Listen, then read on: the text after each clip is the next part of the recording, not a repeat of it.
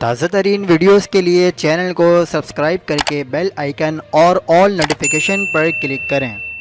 حق پاکستان نیوز کے ساتھ میں ہوں محمد جنید اسدی۔ کراچی میں کڑاکے کی سردی کی پیش گوئی، شدید سردی آنے والی ہے، شہری تیار رہیں۔ محکمہ موسمیات نے بڑی پیش گوئی کر دی۔ آپ کو اہم خبر سے آگاہ کرتے چلیں کہ محکمہ موسمیات نے کل سے کراچی میں سردی کی شدت میں مزید اضافے کی پیش گوئی کی ہے۔ چیف میٹرولوجسٹ سردار سرفراز کے مطابق مغربی ہواؤں کا سلسلہ کراچی سے رخصت ہو چکا ہے، لہذا فی الحال مزید بارشیں نہیں ہوں گی۔ چیف میٹرولوجسٹ سردار سرفراز کا کہنا ہے کہ کل سے کراچی میں سردی کی شدت میں مزید اضافہ ہونے کا امکان ہے اور یہ شدت 16 جنوری تک برقرار رہ سکتی ہے۔